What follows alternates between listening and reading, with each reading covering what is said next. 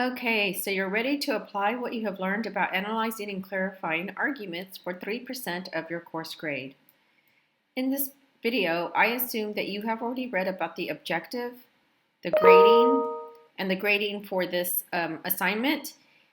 Keep in mind, and again, the assumption is that you've already read through this. As you know, how many points something is worth will depend on the content that you provide.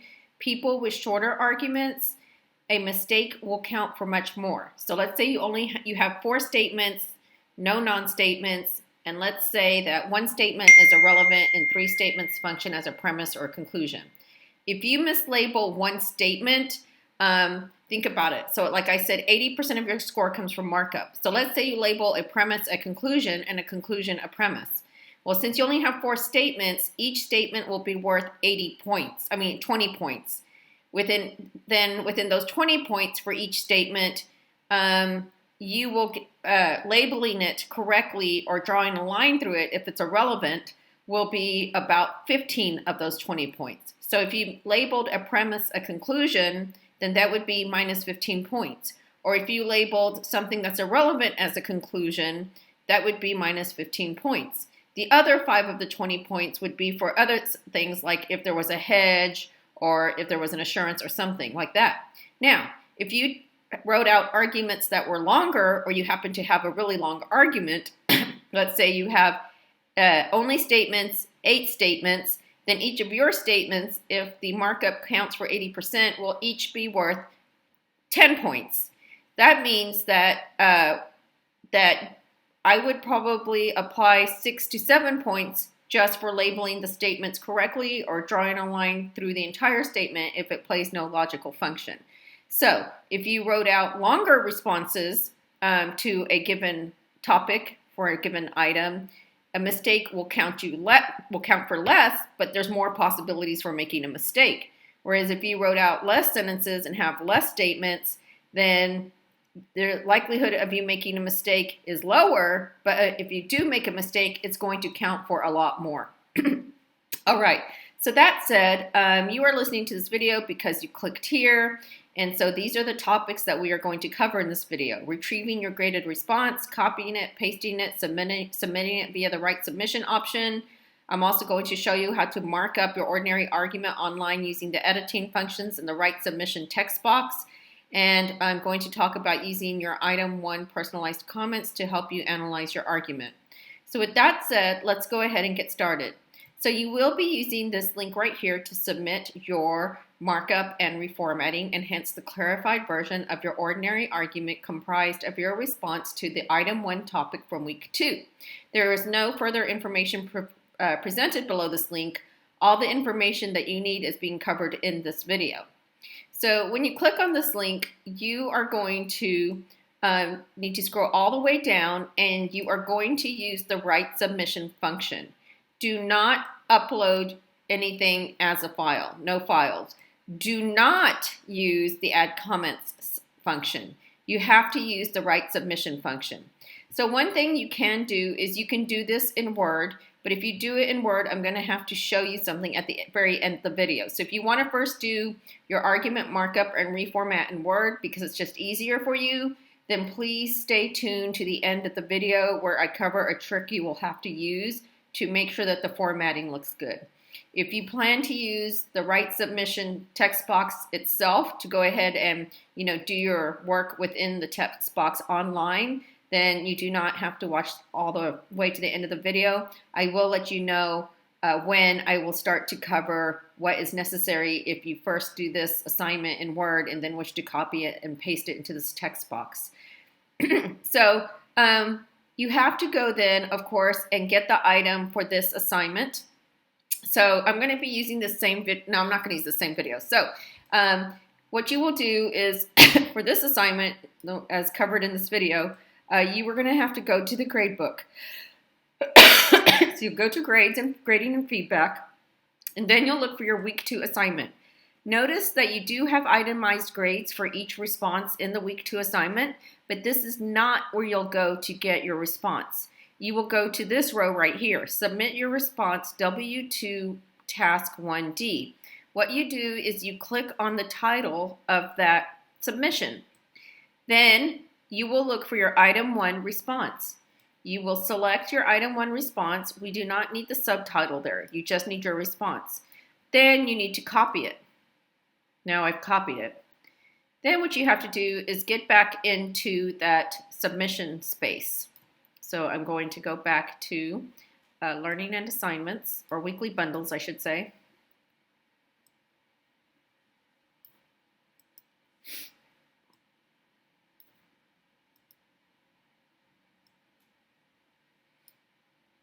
Clicking on the link. So I'm going to show you how to do this directly in this text box. So do not keep formatting. I recommend that you remove the formatting. This would be true also if you have your work already done in Word. And then when you're in here, you redo the formatting. The reason being that if you select keep formatting, this text, this whatever this is, this program, this word processor, may not properly convert the formatting from Word or any other word processor into the format needed here. So remove the formatting in terms of like bolding or anything else. So I don't mean formatting in terms of, it's not going to change the formatting in terms of statements or whatever in terms of being on a separate line, but it'll change some generic things. But I'll cover that more later. Let's just assume that you're going to start this way. Some of what I say here, well, a lot of what I say here still applies even if you are going to mark up and reformat in Word first or another processor. So when it comes to labeling online, we have to do things a little bit differently. You still do everything that I told you to, but I need to make sure that you know how to do it online and what it would look like doing it typed up. So notice here that there are 3 buttons right here. You will need to click on those 3 buttons to open up all the editing functions. Another thing that I would like for you to do is I want you to copy all of this and then change the size here. This will make it easier for me to grade. Please change it to not 12. It starts at some weird 14. I want you to change it to 10. So make sure you change that to 10. And you saw how I did that right there. Okay, so now what I'm going to show you now is how to bracket and number and draw a line through excess verbiage. I'm also going to give you tips and strategies on how to efficiently reformat the statements and whatnot. In doing so, I'm also going to provide you with another example of an argument to clarify. It is really, really important that you keep in mind that this is an example of a complex argument. Just because I'm using this as an example of how to do your first argument markup and reformat for a grade, this does not mean that your argument is necessarily a complex argument. You may have a simple argument. Still, much of what I say will apply to your argument. I say this because I found out that some students were using my refresher videos and this video as the main lesson. And so they thought that since in my example, I had a sub-conclusion and a final conclusion, that in their argument, they had to have a final conclusion and a sub-conclusion. But what that tells me is they weren't referring back to and studying their notes and examples when it came to simple conclusions and final conclusions. They were trying to use a video for that particular week, bundle, or task. So remember, this is just an example, but in this case, I am using an example of a complex argument since we've only looked at 2 examples so far. What's great about this example is that a lot of you will have a complex argument for at least one or more of your arguments, and some of you will have that for your argument of free will. Here's a hint. If you said it was not rational for you to decide whether you were wearing a mask of your own free will, if you did that correctly, if you followed the template that I gave you in the week 2 1B lectures, and then as I emphasized in the lecture for item 1 with the option of saying it's not rational, if you followed the templates exactly, then you definitely have a complex argument. However, some of you did not apply the templates that I gave you in the 1B lectures or the page 2 of the mandatory writing assignment when it came to telling me that it was not rational for you to come to a definite position.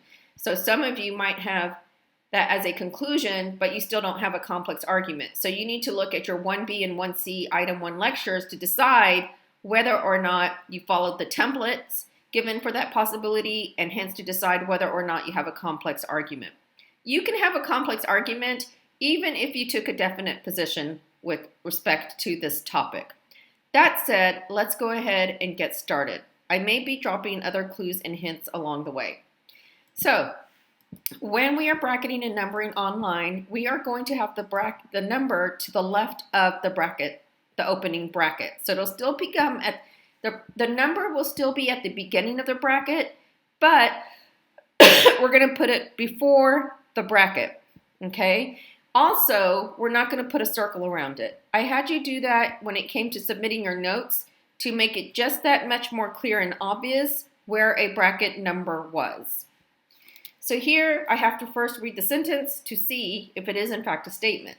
The first statement reads, and you are probably going to have your first statement, it might be italicized because you might have copied something from a document and so it was italicized. I might have told you to do that. So that could be the case for you. So I have come to the conclusion that I'm wearing a mask of my own free will. So regardless of what option you chose for item 1 of the week 2 topic response, if you did the paragraph correctly and followed all of my videos and all of my written instructions, I can tell you right now that your first statement will be a conclusion if you have a simple argument.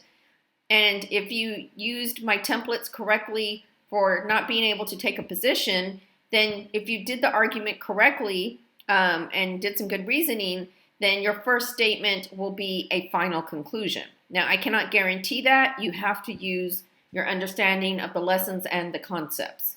So, in this case, we see that it's being made very clear that the speaker thinks that they have a conclusion. So we'll go ahead, regardless of whether it's a conclusion or a premise, and number and bracket it. So this will be 1, and then we'll have an opening bracket. I want you to unitalicize this. So I'm going to go back up here and click that. I'm going to make this box a little bit bigger so I don't have to go up and down as much. All right, so now you can see that my number is to the left of the statement. So this number is for this statement right here. Then I've got my reasons for thinking this true are. Okay, so that's a weird kind of sounding statement. Remember what I said in a previous lecture? I said if there's a minor typo or a minor issue with syntax, you can, and I expect you to correct it. So my reasons for thinking this is true are, and then really it should say as follows, but this will be okay. So this right here is basically a big reason indicator or a big premise indicator. And then you've got, first of all, that's more like an introductory phrase. So really the core of the statement begins here. So there's going to be another statement here. I already know because I know the argument. The word free will refers to any action, choice, or decision voluntarily made. Okay, so we've got that there. Now this is one that I combined through my own knowledge of philosophy and all the definitions that I have come across in philosophy, all the definitions that I've seen online, and come to construct on my own.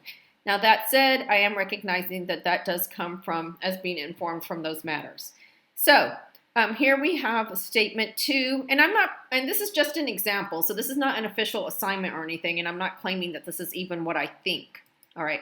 Oh, by the way, if you want more practice, you might want to go ahead and bracket a number on your own, even if it's just in writing. Oh, by the way, this is the last argument. This is argument 3 from the handout that you downloaded on complex arguments. So if you want to work on this one by hand, or maybe copy and paste it from the document into online, you can even practice doing this online.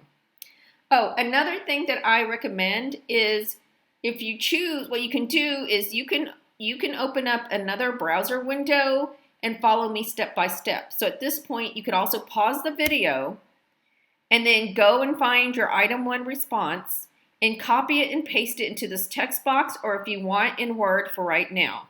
But I recommend you do this, okay? And then when I finish doing something, you do it to your own argument. Students have told me that this is the thing that helps them the most. So after I bracket and number this, or we bracket and number it, then you should bracket and number your response. Okay, so next. And of course, you should read your notes. Read all of your notes, look at all of the examples before you work on your own argument. Okay, so, and second, so this is just kind of like a transitional phrase plus the transitional / introductory phrase to what? Another reason. So I'm going to leave out this transitional phrase right here and just put a 3. My wearing a mask is in. Okay, so here again we have an example of a tiny typo that you can correct.